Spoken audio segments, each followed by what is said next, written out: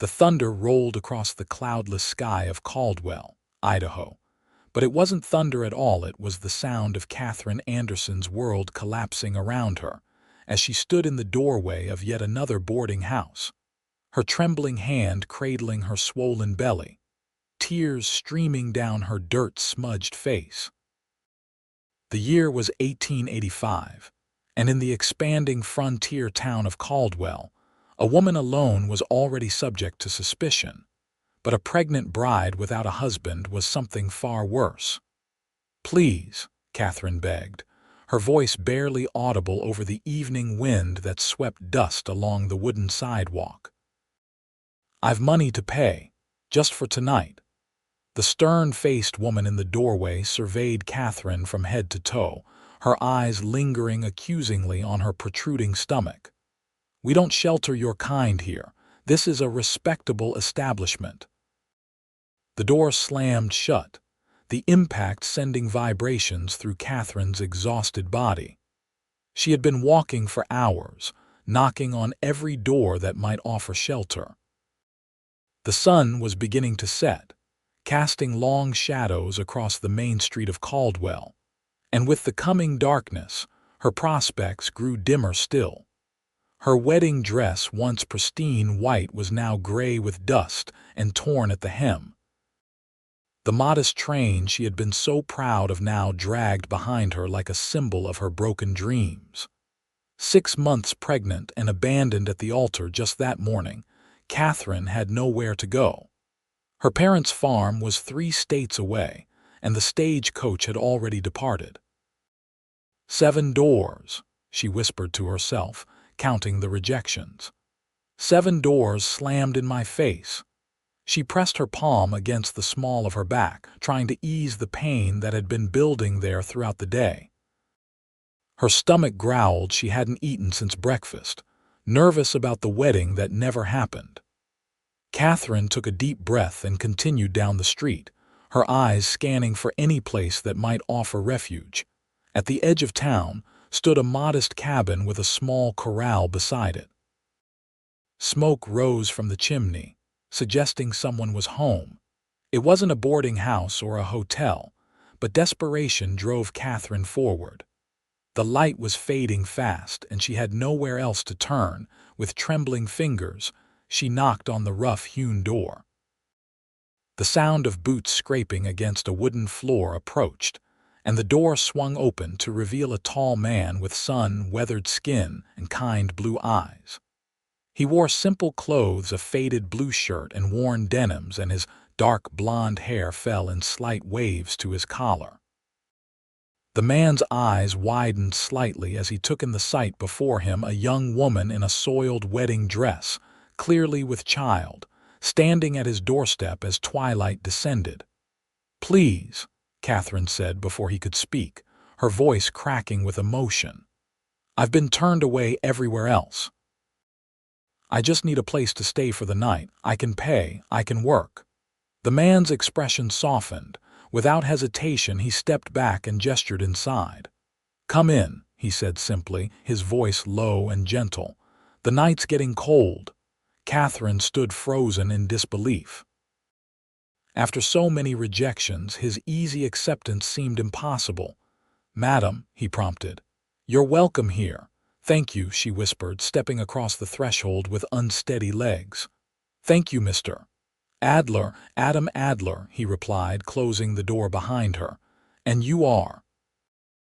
"Katherine Anderson," she answered, suddenly conscious of her bedraggled appearance in the warm light of his cabin.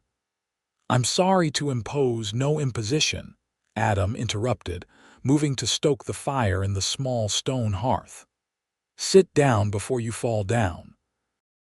You look like you've had a day most would rather forget." Katherine sank into a wooden chair near the fire, the warmth immediately soothing her chilled bones. The cabin was simple but tidy, with a small kitchen area, a wooden table with 2 chairs, and a narrow bed in the corner. Books lined a small shelf and a guitar rested against the wall. "I've some stew left," Adam said, moving to the pot hanging near the fire. "Not fancy, but it's filling." "You're very kind, Mr. Adler," Catherine said, watching as he ladled stew into a bowl. Most people in town weren't so welcoming. Adam set the bowl before her with a piece of bread. "Caldwell's full of good folks, but they can be quick to judge what they don't understand." He glanced at her wedding dress and then away, respecting her privacy. "Eat first. Talk can wait if you want it to." Catherine picked up the spoon with a shaking hand and began to eat. The simple stew tasted better than anything she could remember, and she realized how truly hungry she had been. "I was supposed to be married today," she said after a few spoonfuls, feeling she owed him some explanation. "To Thomas Blackburn, son of the banker in Boys. We'd been courting for nearly a year." Adam sat across from her, his expression neutral but attentive. "He knew about the baby," Catherine continued, her hand instinctively moving to her stomach. "Said he loved me, said we'd be a family. The church was ready, guests were arriving." Her voice faltered.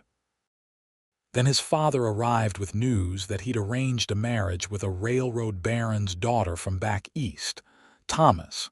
He chose his inheritance over us."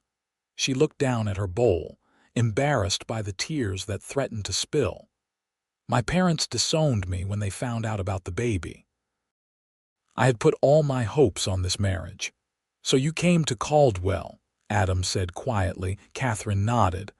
"I had enough money for a hotel room to figure out what to do next, but no one would take me in once they saw." She gestured to her stomach. "People can be cruel when they're afraid," Adam said, rising to pour her a cup of tea. "Afraid of me?" Catherine asked, confused. "Afraid of what you represent," Adam clarified, setting the tea before her. "Change, consequences, life's unpredictability. Easier to turn away than to help sometimes." "But you didn't turn me away," Catherine observed, studying him more carefully now. He appeared to be in his early 30s, with lines at the corners of his eyes that suggested both laughter and hardship. "I've been on both sides of a closed door, Miss Anderson," Adam said, his voice gentle. "I know what it means to need shelter and find none." The sincerity in his eyes made Catherine look away, overwhelmed by his kindness. "You'll take my bed tonight," Adam continued practically. "I'll make up a place by the fire for myself." "I couldn't." "You can and you will," Adam insisted with a small smile. "It's no hardship. I sleep under the stars half the year anyway, working cattle." "You're a cowboy?" Catherine asked, glancing around the cabin with new understanding. "Ranch hand for the McGrath spread north of town," Adam confirmed. "I break horses mostly. This cabin came with the job, not much, but it's home." As the evening progressed, Catherine felt the weight of the day's trauma begin to lift slightly. Adam was easy to talk to, asking few questions but listening intently to what she chose to share. He told her a little of his own life, orphaned young, raised by an uncle who taught him to work with horses, drifting through several territories before settling in Idaho 3 years ago. When it came time to sleep, Adam provided her with a clean shirt of his to use as a nightgown and respectfully stepped outside while she changed. The bed was simple but comfortable, and despite her circumstances, exhaustion quickly pulled Catherine toward sleep. Just before drifting off, she heard Adam softly playing his guitar by the fire, a gentle melody that seemed to carry her troubles away, if only for the night. Morning came with golden light streaming through the cabin's single window. Catherine awoke disoriented, momentarily forgetting where she was until the events of the previous day came rushing back. She sat up, finding Adam already awake and cooking something that smelled wonderful at the small stove. "Good morning," he said, glancing over his shoulder. "Hope you slept well." "Better than I had any right to," Catherine admitted, self-consciously smoothing down her borrowed shirt. "I can't thank you enough." "Coffee's ready if you'd like some," Adam replied, nodding toward a pot. "Though I've heard some expecting mothers prefer to avoid it." The consideration in his comment touched Catherine deeply. A small cup would be welcome, thank you. After a breakfast of eggs and biscuits, Catherine reluctantly changed back into her wedding dress, the only clothing she had. What will you do now? Adam asked as she folded his lone shirt and placed it on the bed. Catherine sighed. I have a little money saved. Perhaps I can find work somewhere, though not likely in Caldwell after yesterday. Adam seemed to consider something for a moment before speaking. Mrs. Donovan at the Mercantile might help. She's known for being kind-hearted and she might need help with inventory and customers. You'd vouch for me? Catherine asked, surprised. I would, Adam nodded. And if you can't find lodging, my offer stands. You can stay here until you sort things out. Catherine stared at him, stunned by his generosity. Mr. Adler, I couldn't possibly. You can, he said firmly. I'm away at the ranch most days anyway. The cabin sits empty. Why would you do this for a stranger? Catherine asked, genuinely bewildered. Adam's blue eyes held hers steadily. Because it's right, and because I know what it's like to have no place to call home. That morning marked the beginning of what Catherine would later recall as her salvation. Mrs. Donovan did indeed need help at the Mercantile, and while she raised an eyebrow at Catherine's condition, she asked no questions beyond whether she could count and write legibly. For the next week, Catherine slept in Adam's cabin while he stayed in the bunkhouse at the ranch. Each evening he would return to check on her, bringing fresh milk from the ranch or vegetables from his small garden behind the cabin. They would share simple meals, and Catherine found herself looking forward to their conversations. Adam never pressed her for details about her past, and in turn, she respected his privacy. But gradually, they began to share more of themselves. Catherine spoke of her childhood in Missouri, her dreams of becoming a teacher before meeting Thomas. Adam told stories of his years as a trail hand, driving cattle north from Texas, and his hopes of someday having his own small spread. You never married? Catherine asked one evening as they sat on the small porch, watching the sunset paint the distant mountains. Never found the right woman, Adam replied, his eyes on the horizon. Or perhaps I did, but the timing was wrong. He glanced at her briefly. Life has its own rhythms. 2 weeks after her arrival, Catherine encountered Thomas's aunt in the Mercantile. The older woman's cold stare and whispered comments to her companion made it clear that word of Catherine's situation had spread from boys. That evening she sat at Adam's table, her face in her hands. I've brought scandal to your doorstep, she said miserably. People are talking. Let them talk, Adam replied, unperturbed as he mended a bridle at the table. Their opinions matter little to me. But your reputation is my own to worry about, he finished for her. Catherine, I've lived long enough to know that most judgments pass like summer storms. Fierce while they last, but eventually the sun returns. His use of her first name, something he had carefully avoided until now, warmed her unexpectedly. As her pregnancy progressed, Catherine settled into a routine. She worked at the Mercantile 6 days a week, saved her wages carefully, and in the evenings, she transformed Adam's Spartan cabin into something more homelike. She sewed curtains for the window from fabric Mrs. Donovan gave her, arranged wildflowers in a jar on the table, and began cooking more elaborate meals with the ingredients Adam brought home. For his part, Adam seemed content with the arrangement. He built a small cot for himself that could be stored during the day, ensuring Catherine kept the bed. He crafted a cradle from pine wood, working on it in the evenings while Catherine sewed baby clothes from scraps. You didn't have to do this, Catherine said the night he presented the finished cradle, running her fingers over the smooth wood. Wanted to, Adam replied simply. Every child deserves a proper place to sleep. The genuine care in his voice made Catherine's heart constrict with emotion she wasn't ready to examine. As her 7th month of pregnancy began, Dr. Reynolds finally agreed to see her, something he had refused when she first arrived in town. After the examination, he spoke to her with professional detachment. "The baby appears healthy, Miss Anderson. However, I must advise you to reduce your working hours. Standing all day at the mercantile isn't advisable in your condition." That evening, Catherine reluctantly shared the doctor's words with Adam. "Then you'll work less," Adam said decisively, as if it were the simplest matter in the world. "I can't afford to," Catherine protested. "I need to save for when the baby comes." Adam was quiet for a moment, then spoke carefully. "I've been meaning to discuss something with you. Mr. McGrath has offered me a promotion, head wrangler with better pay. I'd be moving to the main house on the property." Catherine felt her heart sink, though she forced a smile. "That's wonderful news. You deserve the recognition." "Thing is," Adam continued, his eyes meeting hers, "I'd planned to keep the cabin. It's not much, but it's become important to me." "Oh," Catherine said softly, understanding the implication.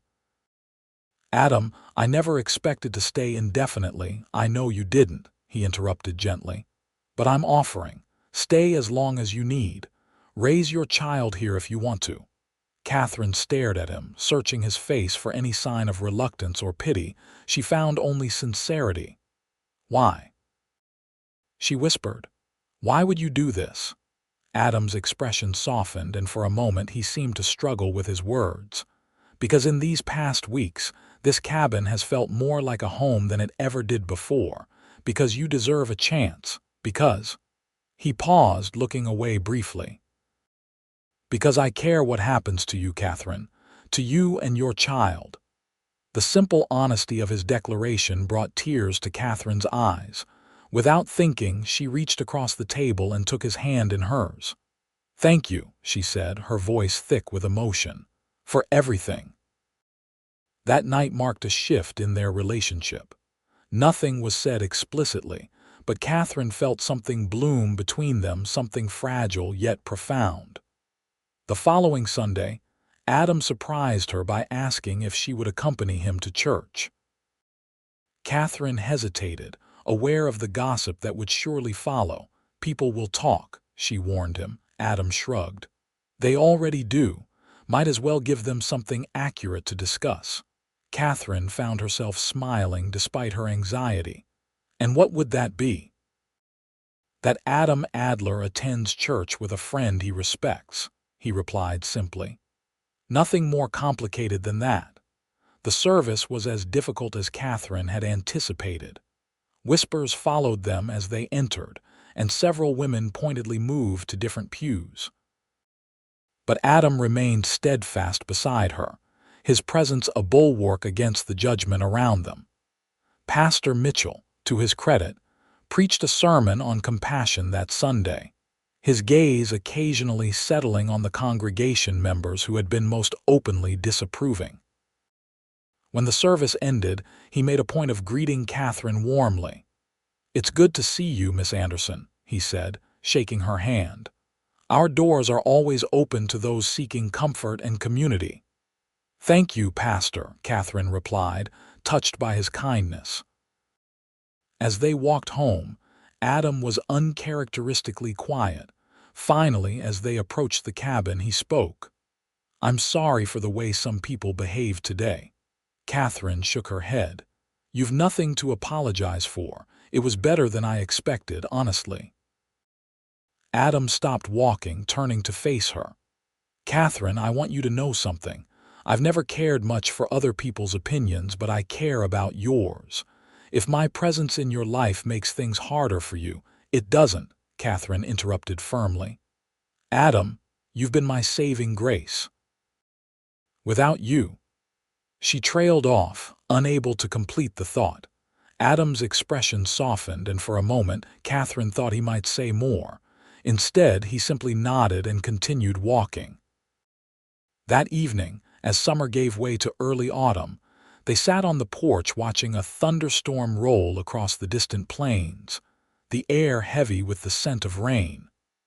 "I've always loved storms," Catherine said, her hand resting on her belly where the baby kicked energetically. "My father used to say they cleanse the earth and the soul together." "Wise man," Adam commented, his gaze following a lightning strike that illuminated the darkening sky. "He was," Catherine agreed, a note of sadness creeping into her voice. I wish he could have found it in his heart to forgive me." Adam was silent for a long moment. "Sometimes people need time to reconcile their expectations with reality. Your parents might still come around." "Perhaps," Catherine said, though her tone suggested she held little hope. "The baby moved," she added, changing the subject. "Would you like to feel it?" The invitation surprised them both. Such intimacy wasn't something they had shared before, but in that moment it felt natural. Adam hesitated only briefly before placing his calloused hand gently on her rounded belly. When the baby kicked against his palm, Adam's face transformed with wonder. "That's something," he whispered, his eyes meeting Catherine's. The connection between them in that moment was palpable, an unspoken current of emotion that neither was ready to name but both felt deeply. As Catherine's 8th month began, the town's attitude toward her gradually shifted. Mrs. Donovan's open acceptance had influenced others, and Pastor Mitchell's pointed sermons on charity and judgment had not gone unnoticed. While some still snubbed her, many of Caldwell's residents now greeted her with cautious politeness. One crisp October morning, Catherine was arranging a display of canned goods when the bell above the mercantile door jingled. She looked up to see a well-dressed woman she didn't recognize. "May I help you, madam?" Catherine asked politely. The woman studied her for a long moment. "You're Catherine Anderson." It wasn't a question, and Catherine felt a chill of apprehension. "I am. I'm Eleanor Blackburn," the woman said, "Thomas's mother." Catherine felt the blood drain from her face. She gripped the edge of the counter to steady herself. "Mrs. Blackburn," she managed. "What brings you to Caldwell?" Eleanor Blackburn's expression was difficult to read. "I wanted to see for myself the woman my son abandoned." Her eyes traveled to Catherine's prominent belly. "My grandchild." Catherine straightened her shoulders, summoning her dignity. "Your son made his choice, Mrs. Blackburn. We're managing fine without him." "So I've heard," Eleanor replied. "They say you're living with a cowboy now." The implication in her tone made Catherine flush with anger. "Mr. Adler has kindly provided me shelter when no one else would, including your son. There's nothing improper about our arrangement." Eleanor raised an eyebrow but didn't press the point. "Thomas is married now, to Harriet Wilcox. The wedding was last month." The news struck Catherine like a physical blow, though she had expected as much. "I wish them happiness," she said stiffly. "Do you?" Eleanor asked, seeming genuinely curious. After what he did, Catherine considered the question honestly. "I wish him the clarity to recognize the value of honor and commitment. Whether that brings happiness, I couldn't say." Something like respect flickered in Eleanor's eyes. "You're not what I expected, Miss Anderson. Few of us are exactly as others imagine us to be," Catherine replied. Eleanor opened her handbag and removed an envelope. "This is for the child," she said, placing it on the counter. "I may not approve of the circumstances, but the baby is my grandchild." Catherine stared at the envelope, conflicted. "I don't know if I can accept." "It's not for you," Eleanor interrupted sharply. "It's for the child's education and future. My conscience won't allow me to abandon an innocent, whatever my son has done." With that, she turned and left, the bell jingling in her wake. That evening, Catherine showed the envelope to Adam.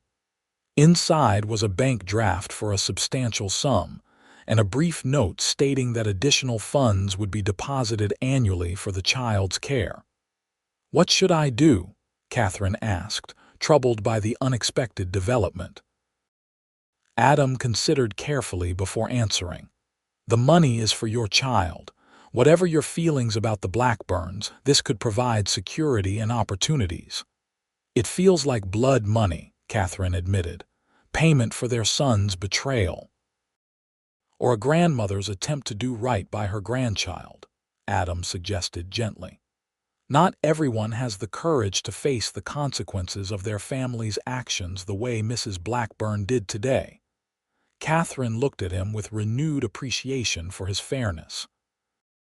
"How do you always manage to see the best in situations?" Adam's smile was tinged with sadness. "I've seen enough of the worst to recognize the value of looking for the best." As Catherine's due date approached, the practicalities of her situation became more pressing. Dr. Reynolds made it clear that while he would attend the birth, his nurse was unavailable, and Catherine would need additional help. To her surprise, 3 women from the church volunteered. Mrs. Harris, who had initially been among the most judgmental, arrived at the cabin one afternoon with a basket of baby clothes and linens. "I've brought some things you might need," she said stiffly, "and I'd like to offer my assistance when your time comes." Catherine accepted the gesture with grace, recognizing it as the olive branch it was meant to be. Adam, meanwhile, had been spending more time at the cabin despite his increased responsibilities at the ranch. He repaired the roof, reinforced the walls against the coming winter, and stocked the woodpile high. "You don't need to do all this," Catherine protested one evening as he arrived with yet another load of supplies.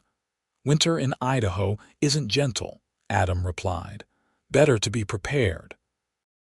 The unstated truth that he was preparing for her, and the baby's comfort hung in the air between them. As November began, the first snow dusted the mountains visible from the cabin's porch. Catherine, now in her 9th month and unable to work at the mercantile, spent her days preparing the cabin for the baby's arrival and resting as Dr. Reynolds had instructed. Adam returned each evening, and they fell into a comfortable routine. He would build up the fire while Catherine prepared dinner, and they would eat together, talking about their days. Sometimes Adam would play his guitar afterward, the melodies soothing Catherine as the baby seemed to dance within her. One such evening, as they sat by the fire, Catherine found herself studying Adam's profile in the flickering light. The past months had revealed him to be a man of quiet strength and unassuming kindness, qualities she had once foolishly overlooked in favor of Thomas's more flashy charms. "What are you thinking about?" Adam asked, catching her gaze. Catherine smiled.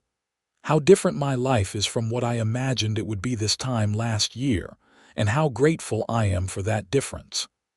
Adam's eyes reflected the firelight as he considered her words. "No regrets about the path not taken, not anymore," Catherine answered honestly.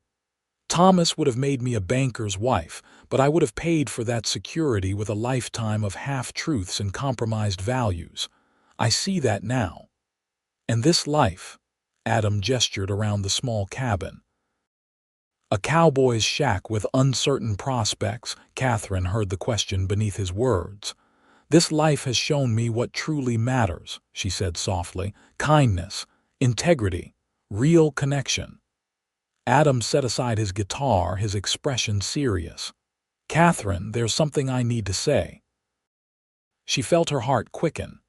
"Yes, I've grown to care for you deeply these past months," he said, his voice steady despite the weight of his words. "More than I thought possible. I've tried to keep a proper distance, knowing you've been through so much, but... Catherine prompted when he faltered. "But I find myself thinking of you and the baby as family," Adam admitted, his eyes never leaving hers. "I know your child has a father, absent though he may be. I know you came here with dreams that didn't include a simple cowboy. But I want you to know that if you choose to stay, if you could see a future here, I would consider it the greatest privilege to be part of your lives." Catherine felt tears well in her eyes. "Adam." Before she could continue, a sharp pain seized her abdomen, so intense it took her breath away. She gasped, clutching her stomach. Adam was immediately on his feet. "The baby," Catherine nodded, unable to speak as another contraction gripped her. Her waters broke in a sudden rush, soaking the chair where she sat. What followed was a night that tested them both. Adam rode to town through the beginning snowstorm to fetch Dr. Reynolds and Mrs. Harris, returning to find Catherine pacing the cabin floor, breathing through increasingly frequent contractions. The doctor arrived within the hour, his expression grave as he examined Catherine. "The baby's positioned well, but it's coming faster than I'd expect for a first child," he informed them. "Mrs. Harris, prepare hot water and clean linens." Adam moved to leave the cabin, assuming his presence would be unwelcome during the birth, but Catherine caught his hand. "Stay," she pleaded. "Please stay with me." Dr. Reynolds raised an eyebrow but didn't object when Adam nodded and took a position near Catherine's head, holding her hand as another contraction racked her body. Through the long night, as the snow fell heavily outside and the wind howled around the cabin eaves, Catherine labored to bring her child into the world. Adam remained steadfast beside her, wiping her brow with a cool cloth, murmuring encouragement, and allowing her to crush his hand with each pain. As dawn approached, the baby's cries finally filled the cabin, strong, indignant wails that brought tears of joy to Catherine's exhausted face. "A healthy boy," Dr. Reynolds announced, placing the swaddled infant in Catherine's arms. Catherine gazed down at her son's scrunched, red face with wonder. "Hello, little one," she whispered. "I've been waiting so long to meet you." Adam stood nearby, his expression a mixture of awe and tenderness as he looked at mother and child. When Catherine glanced up at him, their eyes met in a moment of perfect understanding. "Would you like to hold him?" she asked softly. Adam hesitated, then carefully took the bundled infant. His large hands were gentle as they cradled the newborn, and when the baby's tiny fingers wrapped around his calloused index finger, something in Adam's expression shifted profoundly. "He's perfect," Adam said, his voice rough with emotion. "What will you name him?" Catherine had thought long about this question during the months of her pregnancy. "Matthew," she decided. "It means gift from God, because that's what he is." After Dr. Reynolds and Mrs. Harris departed, promising to return later to check on mother and child, Adam and Catherine were left alone with the newborn. The cabin was quiet save for the crackling fire and the baby's occasional soft sounds. "You should rest," Adam said, noticing Catherine's exhaustion. "I'll watch over Matthew." "We didn't finish our conversation," Catherine said, reluctant to sleep despite her fatigue. "Before the baby came." Adam sat on the edge of the bed, Matthew nestled in the crook of his arm. "That can wait. You've been through enough for one night." "No," Catherine insisted, reaching for his free hand. "I need to say this now." Adam's eyes held hers, patient and steady. "When you found me at your door that night, I was broken in ways I didn't fully understand," Catherine began. "I thought Thomas had taken everything from me, my dignity, my future, my belief in love itself. But these months with you have healed me, Adam. You've shown me what true strength and kindness look like." She squeezed his hand, willing him to understand the depth of her feelings. "I don't know what the future holds, but I know I want you in it. Not as my benefactor or my landlord, but as—" She hesitated, then pressed on. "As the man I've come to love." Adam's expression transformed, hope and joy replacing the careful restraint he had maintained for months. "Catherine," he breathed, "are you certain?" "I don't want your gratitude confused with this isn't gratitude," Catherine interrupted firmly. "This is love. Real love built on respect and trust and shared values, the kind that grows stronger each day instead of collapsing at the first test. Adam gently placed Matthew in the cradle beside the bed, then turned back to Catherine. With infinite tenderness, he framed her face with his hands. "I love you, Catherine Anderson," he said simply. "You and Matthew both. I have from almost the first moment, though I tried to deny it to myself." Their first kiss was gentle, a promise rather than a passion, mindful of Catherine's exhaustion and the newness of their declared feelings. When they parted, Catherine's smile was radiant despite her fatigue. "Sleep now," Adam urged, tucking the blankets around her. "I'll be here when you wake." In the peaceful days that followed Matthew's birth, their relationship deepened. Adam took a week's leave from the ranch to help Catherine adjust to motherhood, and together they established new rhythms to accommodate the baby's needs. Catherine was surprised at how naturally Adam adapted to having an infant in the cabin. He showed no hesitation in changing Matthew's diapers or walking the floor with him during fussy periods in the night. He sang old trail songs as lullabies, his deep voice soothing the baby to sleep. "You're good with him," Catherine observed one evening as Adam rocked Matthew by the fire. "He makes it easy," Adam replied, though the pride in his eyes belied his modest words. As Christmas approached, Adam raised a subject they had been circling for weeks. "I'd like to make this official," he said as they sat together after Matthew had been fed and put to bed. "If you're willing." Catherine smiled. "Are you proposing, Adam Adler?" "Inelegantly, perhaps," he admitted with a self-deprecating smile. "But yes, I am asking you to be my wife, Catherine. Not because you need a husband or Matthew needs a father, but because I love you both and want to build a life together." "Yes," Catherine said without hesitation. "Yes, I will marry you." They were wed on Christmas Eve in Pastor Mitchell's study, with Mrs. Donovan and Mr. McGrath as witnesses. Matthew, swaddled in a soft blanket Mrs. Harris had knitted, slept peacefully in a basket throughout the brief ceremony. The pastor seemed particularly pleased to perform this wedding. "The Lord works in mysterious ways," he said as he signed the certificate. "What began in sorrow has blossomed into joy." Their first Christmas as a family was simple but profound. Adam had cut a small pine tree from the woods near the cabin, and they decorated it with paper stars Catherine had made and red berries strung on thread. Beneath it lay a few modest gifts, a handkerchief Catherine had embroidered for Adam, a silver rattle Mr. McGrath had given for Matthew, and a small wooden box Adam presented to Catherine. Inside was a slender gold band with a tiny pearl. "It was my mother's," Adam explained as he slipped it onto her finger beside the plain wedding band. "The only thing of hers I have left. My uncle kept it for me." Catherine's eyes filled with tears at the significance of the gift. "I'll treasure it always," she promised. That night, with Matthew sleeping in his cradle and the embers of the fire casting a warm glow throughout the cabin, husband and wife shared their first night together.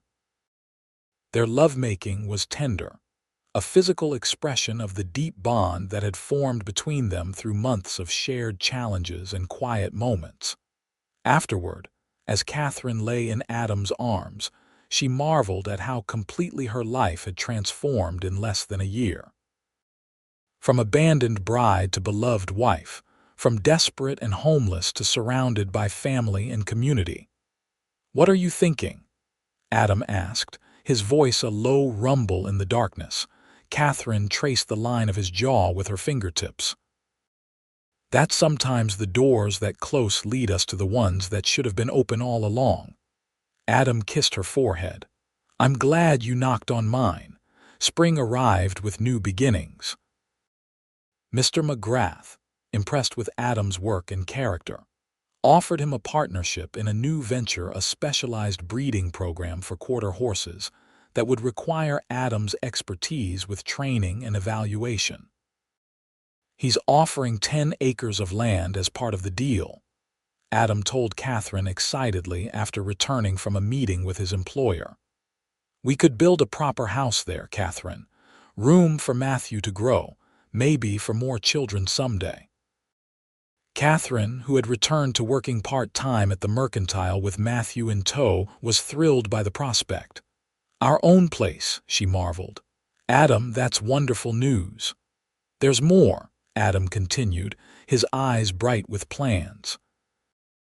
McGrath thinks we can make a name for ourselves with these horses. If the program succeeds, we could eventually buy more land, expand. Catherine loved seeing this side of her husband, the ambitious dreamer, beneath his quiet exterior. I believe you'll succeed, she told him, her faith absolute. We'll succeed together. Construction on their new home began in April. Adam designed a modest but comfortable 2-story farmhouse with a wide porch and large windows to capture the mountain views. Catherine, drawing on homemaking skills learned from her mother, planned the interior with care, creating spaces that would serve their family for years to come. Matthew thrived, growing from newborn to active infant with remarkable speed. At 6 months, he was sitting up, his dark hair and bright eyes reminiscent of his mother, though his sturdy build suggested he might take after Adam in stature.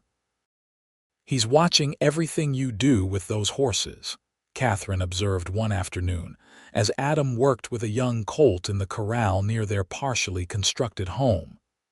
Matthew, secure in her arms, followed Adam's movements with intense concentration. Adam grinned. Got a future wrangler there, I reckon. He could do worse than follow in your footsteps, Catherine replied, her heart full as she watched the man who had become both husband and father in the space of a few short months.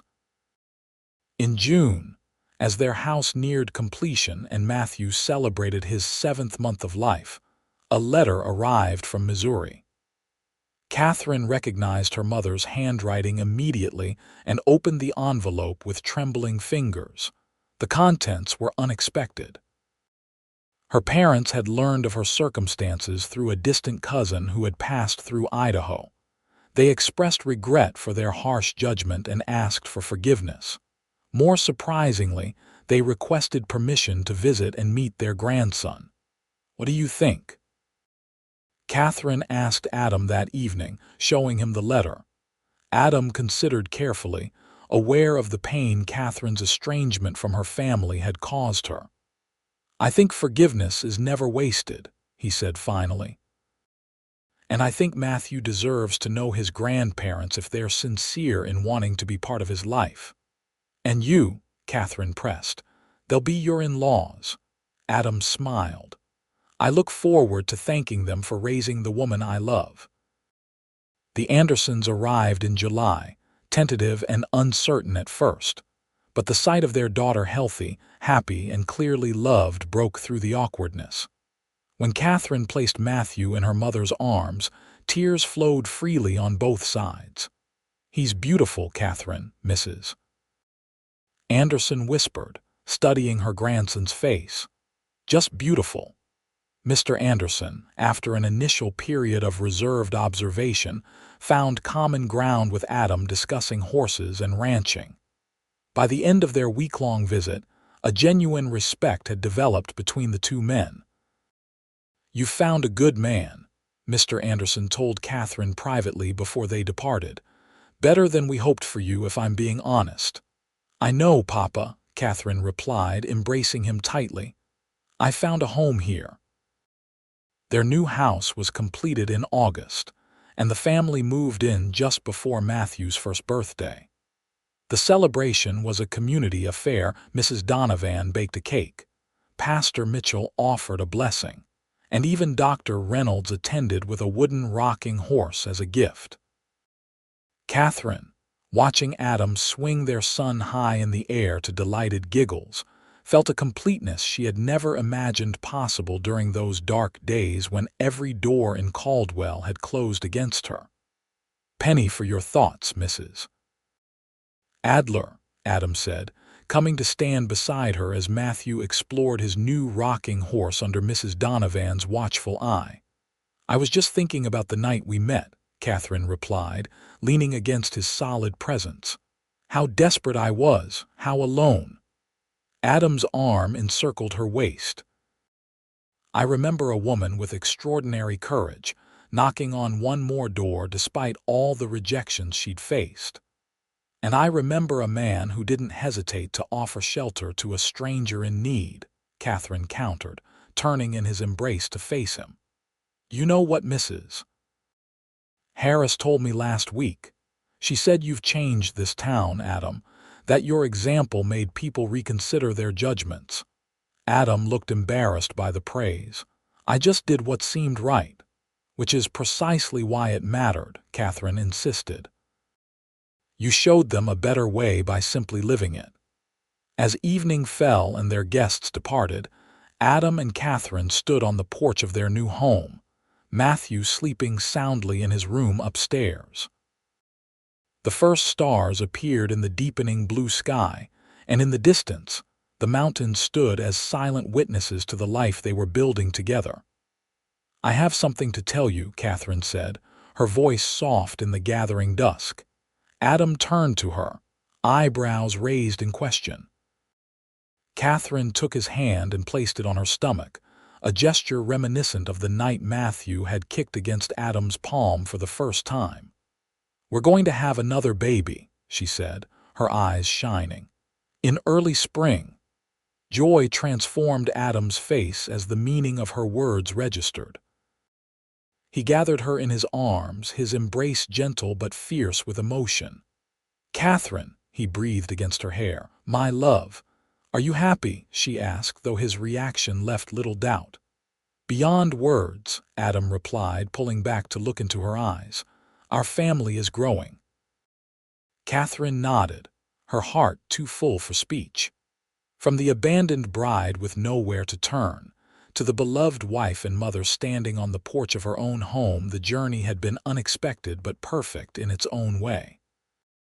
Later that night, as they lay together in the quiet darkness of their bedroom, Catherine whispered, "Thank you for opening your door that night." Adam's fingers traced the curve of her cheek. "Thank you for having the courage to knock." Outside, a gentle rain began to fall, pattering against the roof of the home they had built together, not just the physical structure, but the family and the life they had created from an act of simple kindness on a desperate night. In the years that followed, the Adler family flourished. Their second child, a daughter named Elizabeth, was born the following April, with her father's blue eyes and her mother's determination. 2 years later, twin boys James and William completed their family, bringing joyful chaos to the household. Adam's partnership with McGrath proved successful beyond their initial hopes. The quarter horses they bred became known throughout the territory for their intelligence and stamina. And by the time Matthew was 10, the Adlers owned 100 acres of prime Idaho ranchland. Catherine found her own calling as well. Drawing on her early dream of teaching, she established a small school on their property for their children and those of neighboring ranchers. What began as an informal gathering around her kitchen table evolved into a proper schoolhouse that served the outlying families who couldn't easily reach Caldwell's town school. Matthew grew into a thoughtful young man who shared his father's gift with horses and his mother's love of books. Elizabeth, fiercely independent, announced at the age of 9 that she intended to be a doctor like Dr. Reynolds. The twins, inseparable and adventurous, kept their parents perpetually alert with their escapades. Through it all, Adam and Catherine's bond deepened. The love that had grown in that small cabin weathered the challenges of building a ranch, raising 4 children, and navigating the complexities of family and community life. They remained each other's anchor, their partnership a source of strength and joy. On the 20th anniversary of the night Catherine had appeared at Adam's door, they held a celebration at the ranch. Friends and family gathered to commemorate not just their marriage, but the journey that had brought them together. Pastor Mitchell, now elderly but still sharp-minded, raised a toast. "To the Adlers," he said, his voice carrying across the assembled guests, "who remind us all that true wealth isn't measured in dollars or acres but in the courage to open our doors when someone knocks." Later, as the festivities continued and twilight softened the landscape, Adam and Catherine slipped away for a quiet moment together. They walked to a rise overlooking their property, the house with its welcoming lights, the barns and corrals, the schoolhouse and beyond, their children and friends enjoying the celebration. "Did you ever imagine this?" Catherine asked, gesturing to the life they had built. "That night when I appeared at your door." Adam shook his head, his arms secure around her waist. "I just knew I couldn't turn you away," he said simply. "Everything else, this ranch, our children, our life together, that was beyond imagining." "Not beyond deserving, though," Catherine said, turning to face the man who had become the cornerstone of her world. "You deserved all of this, Adam. Your kindness that night wasn't just charity, it was character, and it's that character that built everything we see before us." Adam's eyes, still as blue and direct as they had been 20 years earlier, held hers with unwavering love. "What I deserved and what I received are different things entirely," he said. "What I received was a gift beyond measure." As they stood there, silhouetted against the evening sky, they were more than just husband and wife, more than parents or ranchers or community pillars.